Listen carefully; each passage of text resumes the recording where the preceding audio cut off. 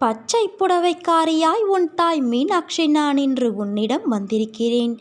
என் தங்கமான தங்கப்பிள்ளையே, உன் மன வருத்தம் எல்லாம் மாறப்போகிறது. சில அற்புத நிகழ்வுகள் அடுத்தடுத்து உன் வாழ்வில் நடக்கப் போகிறது. நான் உன்னை ஒருபோதும் கைவிடுவதில்லை என் குழந்தையே. நீ கேட்டவற்றை உனக்கு கிடைக்க செய்வேன்.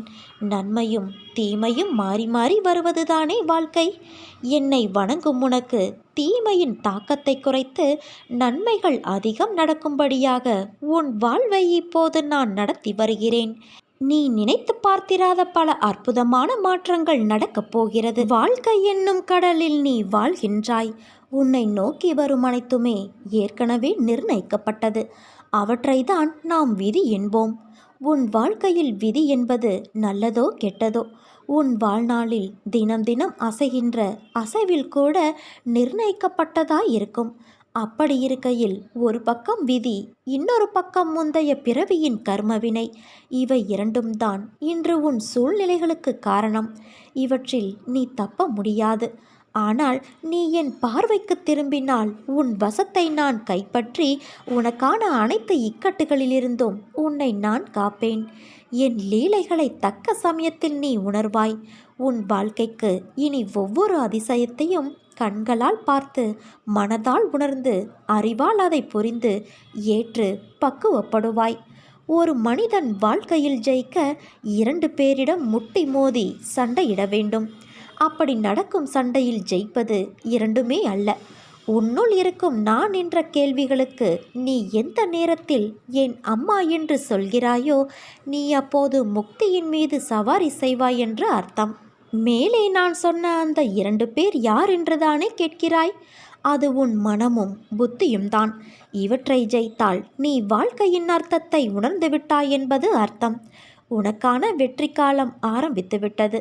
உன்னை விட்டு நான் விலகுவதும் இல்லை, விலகி போகும்படி நான் செய்வதும் இல்லை. இறைவனை நோக்கி நாம் ஓரடி எடுத்து வைத்தால் இறைவன் நம்மை நோக்கி 10 அடி எடுத்து வைப்பார். நல்ல காலம் தானாக வரும் என்று நாட்களை வீணாக்காதே. எதை செய்து கொண்டு இருக்கிறாயோ அதன் மீது முழு நம்பிக்கை வைத்தால் எதையும் சாதிக்க முடியும். நாம் எவ்வளவு நன்மைகள் செய்தாலும் சுயநல உலகம் என்ன பெரிதாய் செய்துவிட்டாய் என்று நம்மிடம் கேட்கும். நீங்கள் நினைத்த வேலை நடக்க பிறர் உதவியை எதிர்பார்த்து நேரத்தை வீணடிக்கக்கூடாது. நீங்களே செயலில் இறங்குங்கள். உங்களது வாழ்க்கை எப்போதும் நிறைவாக இருக்கிறது என்று எண்ணிப்பார். இதை உன் மனதில் பதிய செய்துவிடு. வாழ்க்கையில் எப்போதும் நிறைவை பற்றியே சிந்திப்பதால் உண்மையான நிறைவான வாழ்க்கையை பெற்றுவிட முடியும். மகிழ்ச்சியாக வாழ்வதற்கு 1000 உறவுகள் தேவையில்லை. நம்மை உண்மையாக நேசிக்கும் நல்வழியில் இட்டு செல்லக்கூடிய ஒரு உறவு கிடைத்தாலே போதும். நம்மை பற்றி இடையில் யார் எது சொன்னாலும் கட்டாயம் அவன் செய்திருக்க மாட்டான், சொல்லியிருக்க மாட்டான் என்று உறுதியாக நம்புபவர்களே உண்மையான உறவுகள். எதையும் சரியாக தேர்ந்தெடுக்க தவறினால் அனுசரித்து போவதை தவிர வேறு வழி இல்லை. வாழ்க்கையில் நாம் எதிர்நோக்கும் துன்பங்கள் நம்மை புண்படுத்துவதாக நினைக்கக்கூடாது. என் பிள்ளையே, உன் மனம் சில நேரம் உன்னிடம் என்ன செய்து என்ன ஆகப் போகிறது என்று மாயையை காண்பித்து உன்னை சோம்பலில் ஆழ்த்துகிறது. ஆனால் பிறப்பு விதிப்படி கர்மவினையை தீர்க்க நீ செயல்பட வேண்டும். அப்போதுதான் கர்மவினை தீரும்.